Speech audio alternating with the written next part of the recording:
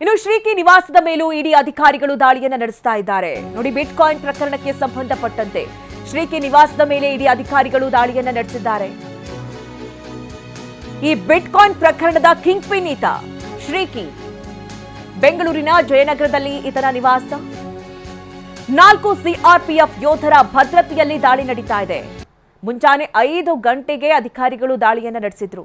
ಈ ಹಿಂದೆ ಕೂಡ ಈತನನ್ನ ಪೊಲೀಸರು ವಶಕ್ಕೆ ಪಡೆದಂತಹ ಘಟನೆ ಕೂಡ ನಡೆದಿತ್ತು. ಅಂದ್ರೆ ಈ ಬಿಟ್ಕಾಯಿನ್ ವಿಚಾರಕ್ಕೆ ಸಂಬಂಧಪಟ್ಟಂತೆ, ಜೊತೆಗೆ ಕೆಲವು ಆನ್ಲೈನ್ ಈತ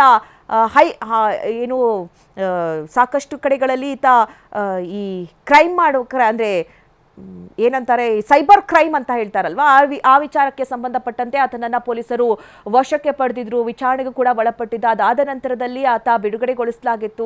ನಂತರ ಈ ಪ್ರಕರಣ ಏನು ಬಿಟ್ಕಾಯಿನ್ ಪ್ರಕರಣಕ್ಕೆ ಸಂಬಂಧಪಟ್ಟಂತೆ ಮತ್ತೆ ಈತನ ಮನೆ ಮೇಲೆ ಅಧಿಕಾರಿಗಳು ದಾಳಿಯನ್ನ ನಡೆಸಿದ್ದಾರೆ. ಒಂದಷ್ಟು ಪರಿಶೀಲನೆಯನ್ನು ಕೂಡ ಮಾಡ್ತಾ ಇದ್ದಾರೆ. ಏನಾದರೂ ದಾಖಲೆಗಳು ಸಿಗುತ್ತಾ ಅನ್ನುವಂತಹ ಹುಡುಕಾಟ ಕೂಡ ಅಧಿಕಾರಿಗಳಿಂದ ನಡೀತಾ ಇದೆ. ಇನ್ನು ಕಾಂಗ್ರೆಸ್ ಶಾಸಕ ಎನ್ ಎ ಹ್ಯಾರಿಸ್ಗೆ ಇಡಿ ಬಿಗ್ ಶಾಕ್ ಕೊಟ್ಟಿದೆ. ಬೆಂಗಳೂರಿನ ಎನ್ ಎ ಹ್ಯಾರಿಸ್ ಮನೆ ಮೇಲೂ ಕೂಡ ಇಡಿ ಅಧಿಕಾರಿಗಳು ದಾಳಿಯನ್ನ ನಡೆಸಿದ್ದಾರೆ. ಅಶೋಕ್ ನಗರದಲ್ಲಿರುವಂತಹ ಶಾಸಕ ಎನ್ ಎ ಹ್ಯಾರಿಸ್ ಅವರ ಮನೆ ಇದು. ಹ್ಯಾರಿಸ್ ಪುತ್ರ ಮೊಹಮ್ಮದ್ ನಲ್ಪಾಡ್ ಮನೆ ಮೇಲೂ ಕೂಡ ಅಧಿಕಾರಿಗಳು ರೇಡ್ ನಡೆಸಿದ್ದಾರೆ. ಇದೇ ಬಿಟ್ಕಾಯಿನ್ ಹಗರಣಕ್ಕೆ ಸಂಬಂಧಪಟ್ಟಂತೆ ಇಡಿ ಅಧಿಕಾರಿಗಳು ದಾಳಿ ನಡೆಸಿರುವಂತಹ ಶಂಕೆ ಕೂಡ ವ್ಯಕ್ತವಾಗ್ತಾ ಇದೆ.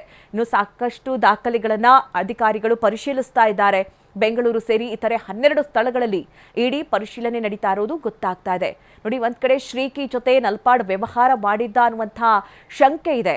ಈ ವಿಚಾರಕ್ಕೆ ಸಂಬಂಧಪಟ್ಟಂತೆ ಅಧಿಕಾರಿಗಳು ದಾಳಿಯನ್ನು ನಡೆಸ್ತಾ ಇದ್ದಾರೆ. ಶ್ರೀಕಿ ಜೊತೆ ನಲ್ಪಾಡ್ 4,50,00,000 ಅಕ್ರಮ ಎಸಗಿದ್ದಾರೆ ಅನ್ನುವಂತಹ ಅಕ್ರಮ ವ್ಯವಹಾರವನ್ನ ಮಾಡಿದ್ದಾರೆ ಅನ್ನುವಂತಹ ಆರೋಪ ಇದೆ. ಶ್ರೀಕಿ ಜೊತೆ ನಂಟು ಹಿನ್ನೆಲೆಯಲ್ಲಿ ಇಡಿ ಅಧಿಕಾರಿಗಳು ಇವತ್ತು ದಾಳಿಯನ್ನ ನಡೆಸಿದ್ದಾರೆ. ನೋಡಿ, ಒಂದ್ ಕಡೆ ಬೆಳಿಗ್ಗೆಯಿಂದಲೇ ಶ್ರೀಕಿ ನಿವಾಸದ ಮೇಲೆ ಅಧಿಕಾರಿಗಳು ದಾಳಿಯನ್ನು ನಡೆಸ್ತಾರೆ. ಒಮ್ಮೆಲೆಗೆ ಈ ಕಡೆ ಎನ್ ಎ ಹ್ಯಾರಿಸ್ ಹಾಗೆ ಅವರ ಪುತ್ರ ನಲ್ಪಾಡ್ ಸೇರಿದಂತೆ 12 ಸ್ಥಳಗಳಲ್ಲಿ ಈಗ ಇಡಿ ಅಧಿಕಾರಿಗಳು ದಾಳಿಯನ್ನು ನಡೆಸ್ತಾ ಇದ್ದಾರೆ. ಅಂದ್ರೆ ದೊಡ್ಡ ಮಟ್ಟದ ಕ್ರೈಮ್ ಆಗಿದೆ ಅನ್ನುವಂತಹ ವಿಚಾರಕ್ಕೆ ಸಂಬಂಧಪಟ್ಟಂತೆ ಈ ದಾಳಿ ನಡೆದಿದೆ.